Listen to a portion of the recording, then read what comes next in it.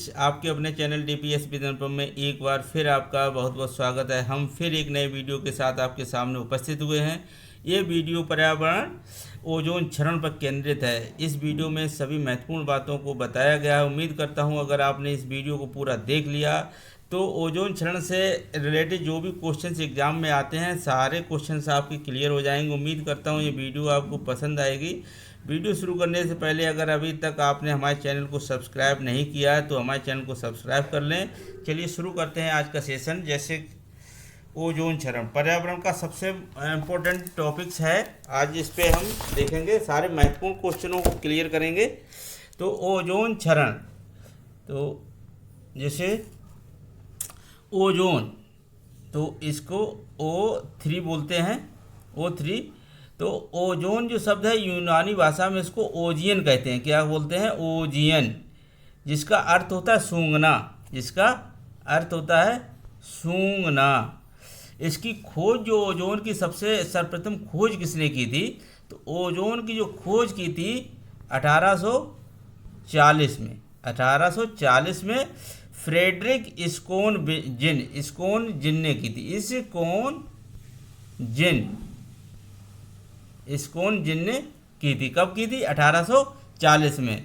तो इसका जो सूत्र जो होता है वो इसका एक अणु ऑक्सीजन के 3 परमाणुओं से मिलकर बना होता है। O3 इसका मतलब होता है जो ओजोन का जो एक अणु है वो ऑक्सीजन के 3 परमाणुओं से मिलकर बना होता है। तो इसको, ओजोन को क्या कहते हैं? रक्षा कवच। किसका? पृथ्वी का रक्षा कवच कहते हैं। तो ये जो ओजोन जो है बनती कैसे है? तो सबसे महत्वपूर्ण बात आ जाती है कि ये बनती कैसे है। तो ये जो बनती है आपने वर्षा ऋतु में देखा होगा कि जब बिजली चमकती है और हमारी पैरावैगनिक किरणों और जो तड़े झंझाबूझ से बोलते हैं जो बिजली चमकती है, तो इसके द्वारा क्या होता है?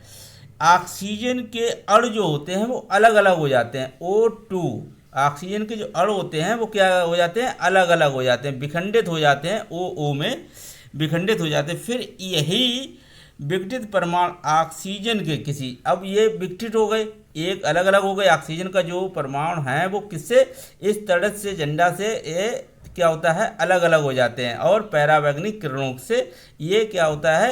ऑक्सीजन के परमाणु अलग अलग हो जाते हैं। फिर यही एक परमाणु ऑक्सीजन के किसी एक उससे पे जुड़ जाते हैं। तो इस तरह से क्या होता है? ओजोन गैस का निर्माण होता है, O3 का बनता है। और ये जो प्रक्रिया होती है पृथ्वी से ये 30 से 60 किलोमीटर के बीच में ही संभव होती है। ये कहाँ पे हो सकती है?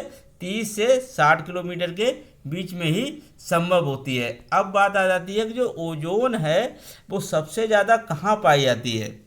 तो ये सबसे ज़्यादा सर्वाधिक सांद्रण जो उसका होता है ध्रुवों की तरफ होता है। क्या? अब ध्रुव कौन सा होता है? ये आप देख रहे हैं, ये उत्तरी ध्रुव उसको बोलते हैं, उत्तरी ध्रुव, और ये दक्षिणी ध्रुव। तो इसका जो सांद्रण होता है, जो ओजोन गैस होती है वो सबसे ज़्यादा, जैसे कि ये भूमध्य रेखा होती है, ये कर्क रेखा है और ये हमारी मकर रेखा है। तब अब जो होती है इसको हम 50, यहाँ से बोलते हैं 50 अक्षांश से लेकर ध्रुवों तक के बीच में, ये दोनों गोलार्धों में इसका जो सांद्रण होता है वो सबसे अधिक मात्रा में होता है ओजोन का। तो कहाँ से होता है? 50 से लेकर और ध्रुवों तक। तो ये भूमध्य रेखा 0 अंशांश होती है और यहाँ 90। तो अब जो इसका सबसे ज़्यादा कहाँ होती है? ये ध्रुवों के बीच में। अब देखिए, सबसे सांद्रण जो होता है दोनों गोलार्धों पे, सबसे कम जो होती है वो कहाँ पे होती है? भूमध्य रेखा पे। सबसे कम कहाँ पे होती है? भूमध्य रेखा पर, यानी 0 अक्षांश पे। 0 अक्षांश पर जो ओजोन होती है सबसे कम होती है। अब ये हमने जैसे क्वेश्चन में आपने देखा होगा कि क्वेश्चन आपसे पुटअप किया है कि जो सबसे अधिक किस मौसम में होती है? ऐसा कौन सा मौसम होता है सबसे ज़्यादा ओजोन गैस पाई जाती है? तो ये सबसे ज़्यादा जो ओजोन गैस होती है ये बसंत ऋतु में। कब? कौन से ऋतु में? बसंत ऋतु में सबसे ज़्यादा ये ओजोन हमारी पाई जाती है। अच्छा, सबसे कम कब होती है?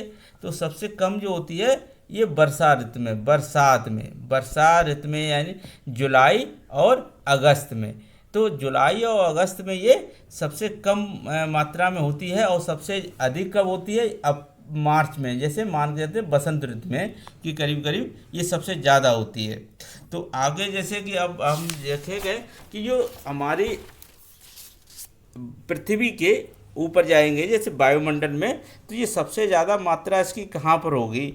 तो जैसे आप मात्रा की बात करते हैं तो ये ओजोन को जो सुरक्षा कवच कहते हैं, तो ये किससे हमारी सुरक्षा करती है। तो सबसे पहला है कि ये सूर्य का प्रकाश से हमारी पैराबैंगनी किरणें आती हैं, पैराबैंगनी किरणें आती हैं। तो पैराबैंगनी किरणें क्या होती हैं, यूवी, जिसे अल्ट्रावायलेट कहते हैं, यूवी बोलते हैं। तो ये 3 तरह की होती हैं। कितने प्रकार की, ये 3 तरह की हमारी होती हैं। आप देख सकते हैं ये 3 तरह की होती हैं। तो इसको UVA, इसको क्या बोलते हैं, UVA। एक होती है UVB और एक होती है UVC। तो इसमें जो भी UVA है ये खतरनाक होती है, सबसे ज़्यादा खतरनाक। UVB भी होती है, सबसे ज़्यादा अधिक खतरनाक होती है। और ये जो C होती है ये भी खतरनाक होती है, पर ये पृथ्वी के धरातल तक आ नहीं से पाती है, तब तक ये नष्ट हो जाती है। तो जो आती है हमारी UV और UVB। तो सबसे अधिक खतरनाक कौन सी होती है, B। तो अब जब ये खतरनाक होती है तो इसके प्रभाव से क्या फर्क पड़ता है, मानव पे क्या प्रभाव पड़ता है। तो जो मानव पे प्रभाव पड़ता है, आप देखिए, ये ऐसे त्वचा कैंसर भी हो जाता है। क्या, त्वचा कैंसर होता है। दूसरा क्या होता है, इससे चर्म रोग हो जाते हैं, चर्म रोग होता है, मोतियाबिंद होता है, आँखों में कमी आ जाती है, मोतियाबिंद बन जाता है। या जो हमारा प्रतिरक्षा तंत्र होता है ये हमारा कमज़ोर हो जाता है, प्रतिरक्षा तंत्र जो होता है हमारा कमज़ोर हो जाता है। तो ओजोन गैस इन किरणों को पृथ्वी तक आने से क्या करती है, रोकती है। तो जो हमारी ओजोन लेयर है वो क्या करती, इन किरणों को पृथ्वी तक आने में रोक लेती है, रास्ते में ही अवशोषित कर लेती है। और इसका 3 या 2% भाग ही पृथ्वी के वायुमंडल तक नीचे आ पाता है। तो ये आप देख सकते हैं एक नज़र में कि जो हमारी लेयर होती है, ओजोन लेयर होती है, वो सबसे अधिक होती कहाँ पर है। तो आप देख सकते हैं ये अब हमारे जो वायुमंडल है, तो इसको आकाश को कई परतों में इसको डिवाइड किया गया है। जैसे कि आप देख सकते हैं क्षोभ मंडल, एक हमारा क्षोभ मंडल होता है, स्ट्रेटोस्फीयर इसको समताप मंडल बोलते हैं, मीसोस्फीयर भामंडल। ये जो हमारे मंडलों में इसमें डिवाइड किया गया है। तो जो क्षोभ मंडल जो होता है, तो इसमें क्या होती है, जो हमारी बरसात होती है और ये सारी मौसमी जो घटनाएं होती हैं, बिजली चमकना, ये सब किसमें होती है, क्षोभ मंडल में ही घटित होती हैं। और क्षोभ मंडल के बाद जो दूसरी परत आती है, यहाँ से देख सकते हैं, ये यहाँ से और यहाँ तक, ये कौन सी परत है, समताप मंडल, इसको इंग्लिश में स्ट्रेटोस्फीयर बोलते हैं। तो जो सबसे ज़्यादा जो ओजोन लेयर है वो कहाँ पाई जाती है, समताप मंडल में। तो समताप मंडल में सबसे ज़्यादा कहाँ से, यानी आप 20 से लेकर 35 किलोमीटर के बीच में ये सबसे ज़्यादा इसका सांद्रण होता है, किसका, ओजोन का। तो जो ओजोन लेयर होती है कहाँ पे पाई जाती है, समताप मंडल में। तो जो इसका जो 90% भाग, ओजोन गैस का 90% भाग कहाँ पाया जाता है, समताप मंडल में। और क्षोभ मंडल में भी 10% भाग इसका पाया जाता है। अब यही देखिए, अगर ये हमारे पृथ्वी के निकट अगर ओजोन गैस आ जाती है तो ये पृथ्वी तो मानव के लिए हानिकारक होती है। और यहीं अगर ये वायुमंडल के ऊपर, वो वायुमंडल में है, तो ये मनुष्य के लिए लाभदायक है। और ये अगर नीचे धरातल पे आती है तो ये क्या होती है, ये मनुष्य के लिए खतरनाक भी होती है। तो इस तरह से जैसे हम देखते हैं कि जो ओजोन क्षरण होता है, तो ये होता किस कारण से है। मान लिया हमने देख लिया कि ओजोन से जो हमारा सुरक्षा कवच है और ये हमारी अल्ट्रावायलेट किरणों से सुरक्षा करती है, पर आपने एक क्वेश्चन से आ जाता है कि ओजोन क्षरण किन चीज़ों से होता है। जो हमारी ओजोन गैस होती है वो नष्ट किससे होती है। तो ये जो हमारी ओजोन गैस नष्ट होती है, तो आप देख सकते हैं किस तरह से ये जो समताप मंडल है, भावमंडल है, ये हमारा क्षोभ मंडल है जिसमें मौसमी घटनाएं हो रही हैं, घटित हो रही हैं। और ये ओजोन लेयर आप देख सकते हैं, ये ओजोन लेयर है, आप देखिए। तो ये जो लेयर क्या करती है, अल्ट्रावायलेट किरणों को ऐसे अवशोषित कर लेती है। ये हमारे पृथ्वी के जो बायोस्फीयर है यहाँ तक आने में ये रोकती है इसको। तो ओजोन जो है हमारे लिए बहुत ही लाभदायक है। तो अब इसको नष्ट, जो धीरे धीरे इसको क्षरण हो रहा है, इसका नष्ट हो रही है, तो किन कारणों से वजह से ये नष्ट हो रही है, तो देखते हैं जो हमारी नष्ट जो हो रही है वो किन कारणों से हो रही है। तो इसके प्राकृतिक भी कारण होते हैं और जो हमारे कुछ गतिक क्रियाविद से भी हमारी ये होती है। तो अब जो ओजोन क्षरण जो होता है प्राकृतिक कारण से भी होता है, जैसे 11 वर्षीय प्रक्रिया में अत्यधिक ऊष्मा उत्पन्न से नाइट्रोजन गैस जो होती है वो नाइट्रस ऑक्साइड में रूपांतरित होकर ओजोन विनाश कर देती है। तो अत्यधिक जो ऊष्मा उत्पन्न होती है, ग्लोबल वार्मिंग आपने सुना हो, तो क्या होता है, नाइट्रोजन जो गैस है वो नाइट्रस ऑक्साइड में रूपांतरित होता है। नाइट्रोजन ऑक्साइड नाइट्रस ऑक्साइड में रूपांतरित होकर उसको ओजोन को क्या करती है, क्षरण कर देती है, नष्ट कर देती है। तो जो ओजोन नष्ट कारक और भी चीज़ें हैं, आप CFC, जो ओजोन सबसे ज़्यादा नष्ट करता है, कौन सा पदार्थ करता है, CFC। CFC इसको क्या बोलते हैं, क्लोरोफ्लोरोकार्बन, क्लोरोफ्लोरोकार्बन इसको बोला जाता है। तो जो मानव के द्वारा इसका प्रयोग किया जाता है, क्लोरोफ्लोरोकार्बन का किसके द्वारा प्रयोग किया जाता है, तो ये मानव के द्वारा। तो ये किसके द्वारा होता है, AC में इसका प्रयोग किया जाता है, फ्रिज में भी इसका प्रयोग किया जाता है, तो इंसुलिन फोम जो होता है उसमें भी इसका प्रयोग किया जाता है। तो अब ये इसको किस रूप में, फ्रिज में जो इसका उपयोग किस रूप में किया जाता है, तो फ्रियान गैस के रूप में, किसके, फ्रियान। तो क्वेश्चन आ जाता है कि CFC का प्रयोग फ्रिज में किस रूप में किया जाता है, तो फ्रियान गैस के रूप में इसका प्रयोग किया जाता है। तो फ्रियान 11 और फ्रियान 12 के रूप में इसका प्रयोग फ्रिज में किया जाता है। तो इसको क्या बोलते हैं, ट्राई क्लोरोफ्लोरोमीथेन और डाई क्लोरोफ्लोरोकार्बन। तो फ्रियान 12 को क्या बोलते हैं, डाई क्लोरोफ्लोरोकार्बन, डाई क्लोरोफ्लोरोकार्बन, और ट्राई क्लोरोफ्लोरोमीथेन, ये किसको बोलते हैं, 11 को, इसको बोलते हैं ट्राई क्लोरोफ्लोरोमीथेन। तो इसमें और भी क्षरण कारक जो पदार्थ हैं उनमें से आप देख सकते हैं कौन से, हेलोन गैस भी होती है, हेलोन गैस, इसका प्रयोग जो होता है ब्रोमीन युक्त जो होती है, इसमें हेलोन गैस में क्या होती है, ब्रोमीन गैस भी होती है, और ये किसमें, अग्निशमन के उपयोग में इसका प्रयोग किया जाता है। दूसरा आप देख सकते हैं HFC भी होता है, HFC, मिथाइल ब्रोमाइड भी ये हमारा ओजोन क्षरण करता है। सल्फेट एरोसॉल जो होता है, इससे भी हमारा सल्फेट एरोसॉल, और कार्बन टेट्राक्लोराइड CCl4, ये भी हमारा ओजोन क्षरण कारक पदार्थ होता है। इसको क्या बोलते हैं, कार्बन टेट्राक्लोराइड। तो क्वेश्चन जैसे आ जाते हैं कि इसमें ओजोन क्षरण कारक कौन कौन से पदार्थ होते हैं, तो जैसे पूछ लेते हैं CFC, halon gas, hydrochloroform, HFC, methyl bromide, sulphate aerosol और CCl4 कार्बन टेट्राक्लोराइड। तो ये जो पदार्थ है ये हमारे ओजोन को क्या है, क्षरण कर रहे हैं, नष्ट कर रहे हैं। तो अब आपने देखे हैं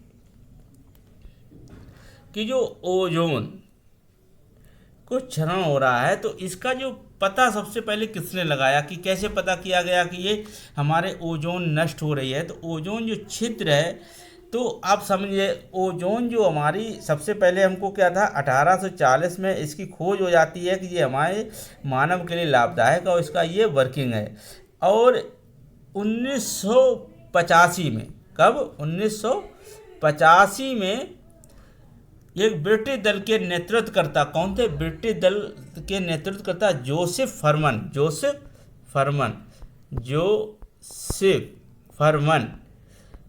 फरमन ने 1985 में टोटल ओजोन मैपिंग स्पेक्ट्रोमीटर की मदद से, किसे? टोटल ओजोन मैपिंग स्पेक्ट्रोमीटर की मदद से अंटार्कटिका के ऊपर ओजोन छिद्र का पता लगाया। किसके? अंटार्कटिका के ऊपर। तो किसका? ओजोन छिद्र का। उन्होंने 1985 में इसकी खोज की कि ये ओजोन क्षरण हो रहा है और कहाँ पर हो रहा है? अंटार्कटिका के ऊपर। किसके मदद से किया था उन्होंने? टोटल ओजोन मैपिंग स्पेक्ट्रोमीटर की मदद से ये। और किसने क्या लगाया था? जोसेफ फरमन ने। तो पता जाता है ओजोन क्षरण का पता किसने लगाया? छिद्र का जोसेफ फरमन ने लगाया। तो ये कहाँ पे है? अंटार्कटिका महाद्वीप के ऊपर। तो उसी समय क्या होता है, जब 1985 में, तो कैसे कौन सा, जिस तरह से ये आप देख सकते हैं, ये हमारा छिद्र है, ओजोन छिद्र, जिसकी संकल्पना जोसेफ फरमन ने दी। जोसेफ फरमन ने। कहाँ? ये कहाँ के थे? फरमन ब्रिटिश के, ब्रिटिश मीन्स इंग्लैंड के। फरमन ने कब की इन्होंने इसका पता लगाया? 1985 में। तो 1985 में ही क्या होता है? एक सम्मेलन बुलाया जाता है। एक सम्मेलन बुलाया जाता है। कहाँ बुलाया जाता है? ये अंतर्राष्ट्रीय उपाय वियना सम्मेलन। ऑस्ट्रिया की राजधानी क्या है? ऑस्ट्रिया की राजधानी वियना में एक विश्वव्यापी सम्मेलन बुलाया जाता है। क्यों? जैसे ही ये खबर न्यूज़ समाचार में आती है कि ऐसे अंटार्कटिका महाद्वीप में ओजोन छिद्र हो गया है, तो ये 1985 में ही वियना में एक सम्मेलन बुलाया जाता है। और ये 1985 में, और उसी 1985 में एक समझौता होता है, समझौता किया जाता है। तो अब ये समझौता कब होता है? ये मॉन्ट्रियल समझौता, जिसको क्या बोलते हैं? मॉन्ट्रियल समझौता। फिर दूसरा सम्मेलन मॉन्ट्रियल में कब बुलाया है? 1987 में।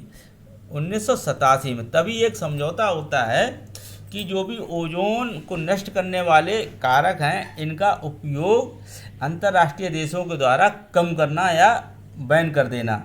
तो ये समझौता CFC, जैसे CFC, halon gas, bromide, methyl bromide का इनका उपयोग करना मना करना। तो इसके लिए मॉन्ट्रियल समझौता कब होता है? 1987 में। तो 16 सितंबर, कब डेट कौन सी थी? 16 सितंबर और 1987 को। तो ये 16 सितंबर 1987 को 35 देशों ने ओजोन को नष्ट करने के, ये कितने देशों ने? 16 सितंबर 1987 को 35 देशों ने ओजोन को नष्ट करने के CFC, हैलोन, NTO गैसों के उत्पादन और उपयोग को कम करने के लिए समझौता एक किया। क्या किया? इन गैसों को क्या उत्पादन और उपयोग कम करने के लिए एक समझौता किया, जो कि 1 जनवरी 1989 को लागू हो गया। कब हुआ? 1989 को। तो मॉन्ट्रियल समझौता कब होता है? 1987 को। अगर क्वेश्चन आ जाता है 16 सितंबर 1987 को ये समझौता होता है। इसको लागू कब होता है? ये 1 जनवरी 1989 को ये लागू हो जाता है। एक से भारत ने इस पे हस्ताक्षर कब किए? उस समय सबसे पहले 35 देशों ने इस पे हस्ताक्षर, समझौता पे हस्ताक्षर किए। भारत ने कब किए? भारत ने जो इस पे किए हस्ताक्षर 1 से 1992। कब किए? 1992 में। कौन से सम्मेलन में? कोपेनहेगन सम्मेलन में। कोपेनहेगन सम्मेलन में भारत में इस समझौता पर हस्ताक्षर किए। तो क्वेश्चन आ जाता है कि भारत ने मॉन्ट्रियल समझौता पर कब हस्ताक्षर किए? तो इसे 1992 में कोपेनहेगन सम्मेलन में। तो अब समय समय पर इसमें सम्मेलन बुलाया गया है। तो सबसे पहले वियना में सम्मेलन बुलाया गया था, दूसरा ये 1985 में बुलाया गया था, फिर मॉन्ट्रियल समझौता बुलाया गया था 1987 में बुलाया गया था। इसके बाद एक लंदन में सम्मेलन हुआ। कब? लंदन में कब होता है? 1990 में। दूसरा कोपेनहेगन कब होता है? 1992 में। 92 में। फिर इसी के बाद 1995 में फिर वियना में सम्मेलन इसी पे होता है कि हमारा जो समझौता होता है उस पर कौन कितना देश काम कर रहा है, किसने कितना उपयोग उत्पादन कम करना शुरू कर दिया है। 1997 में फिर कहाँ पे होता है, मॉन्ट्रियल में फिर एक सम्मेलन होता है। और बीजिंग में कब होता है, 1999 में। 1999 में कब होता है, बीजिंग में ये ऐसा होता है।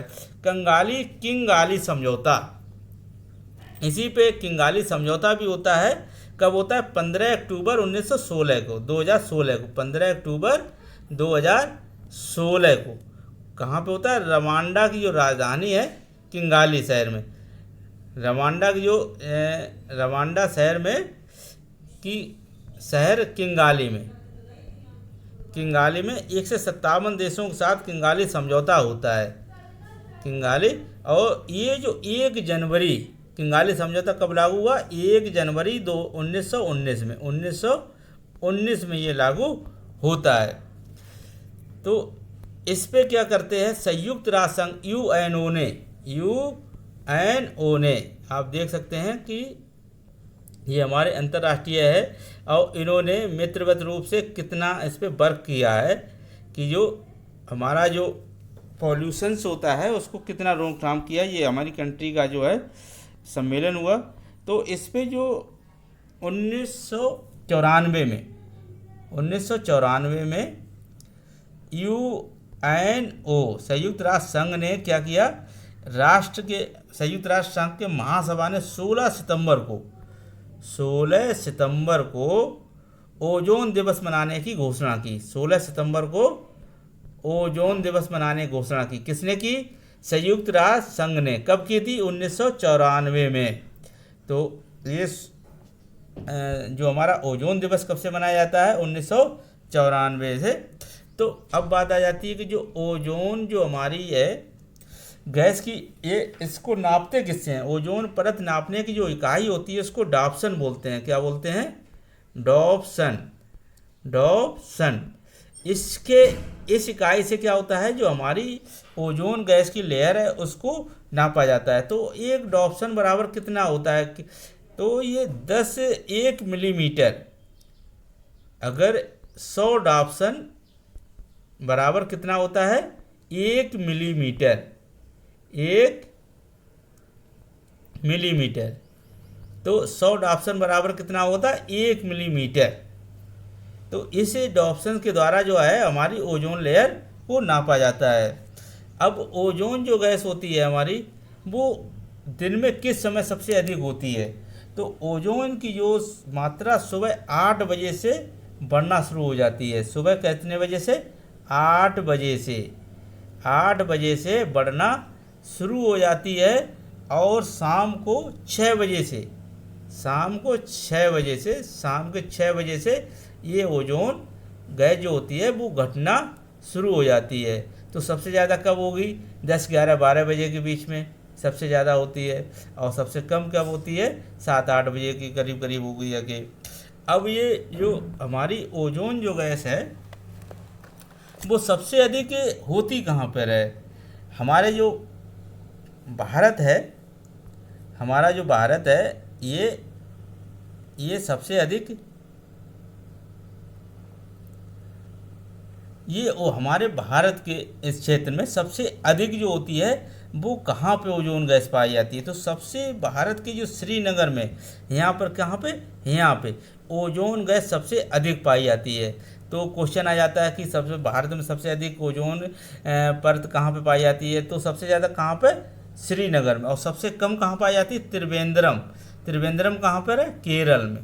तो सबसे कम कहाँ पे पाई जाती है, ये हमारी त्रिवेंद्रम में सबसे कम पाई जाती है। मोटाई जो है हमारी ओजोन परत की जो मोटाई है सबसे अधिक कहाँ पर है भारत में, तो श्रीनगर में, जम्मू कश्मीर में आप सबसे अधिक होती है। और सबसे कम कहाँ पर है, केरल के ऊपर, ये सबसे कम उसकी मोटाई पाई जाती है। तो जो अब होता क्या, जो हमारे अंतर्राष्ट्रीय देश हैं, तो अब CFC का प्रयोग है और इनका ये फ्रिज में उपयोग किया जा रहा है। अब इसको बंद कर देंगे तो फ्रिज चलेंगे कैसे, ये बात आ जाती है। तो इसी के लिए जो हमारा